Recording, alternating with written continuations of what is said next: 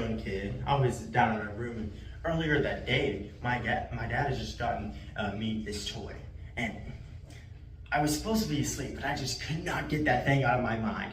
I wanted to go upstairs and rip the packaging open and start playing with it. And after what seemed like hours down in my room, I finally decided, you know what?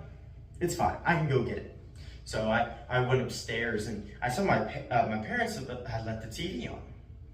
And I went to go grab the packaging. And just as I did, I looked up and there was a horror movie on the TV.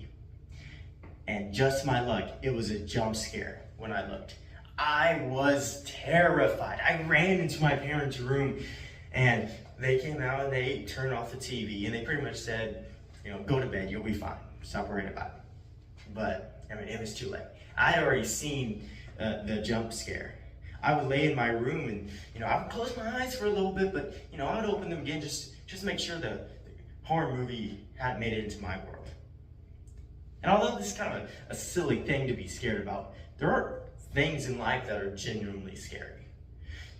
What does the future hold? Will I have enough money for this or that? Wars and disaster, sickness and death. And the thing is, this is not an original experience. We're not the first generation to deal with fear and worry and stress.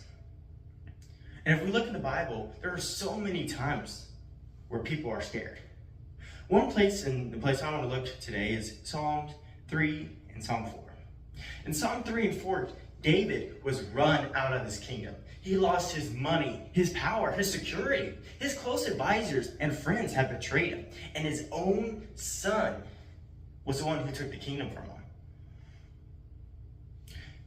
Moreover, Absalom, his son, was hunting him down. I don't even need to say it, but David had to be scared.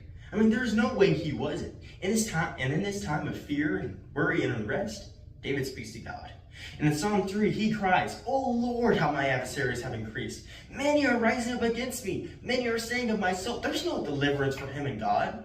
And in Psalm 4, he pleads with God to hear his prayer, to answer him when he calls. David was scared. But here's the thing, David doesn't end his prayers here.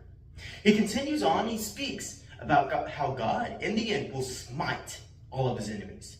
He will shatter the teeth of the wicked, and how the righteous, they will, in the end, be heard by God.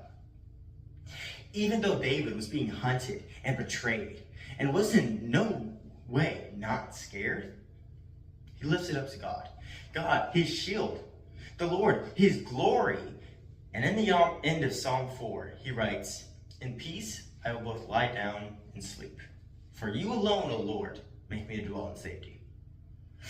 And here's the thing, God doesn't change. In the same way he was there for David, he's here for you today.